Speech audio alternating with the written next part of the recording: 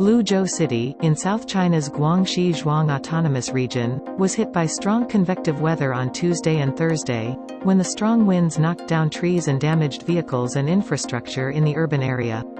Strong wind pummeled the urban area on Wednesday afternoon, and the big trees on the sides of the road was bent by almost 90 degrees. 好可怕，第一次见那么大的风，而且好突然的这个风，我都不敢动去。 The fallen trees near the Liuzhou Municipal Bureau of Housing and Urban Rural Development smashed the street light next to it, broke the communication cable, and blocked the motorway and non-motorized lane.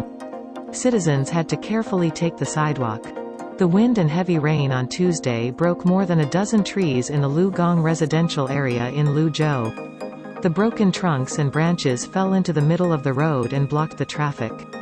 After the violent storm was over, the local property staff immediately organized personnel to clear up the messes and restore traffic.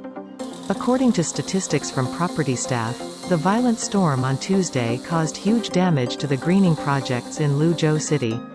The extreme weather left 474 broken branches, 58 fallen trees, along with 16 damaged vehicles. At present, Liuzhou City Garden Management Office has sent staff members to clear up the broken branches and leaves, and it is expected that the clearing work will last for a week. According to the Liuzhou Meteorological Observatory, the winds were caused by strong local convective weather, with wind reaching level 7 to 10.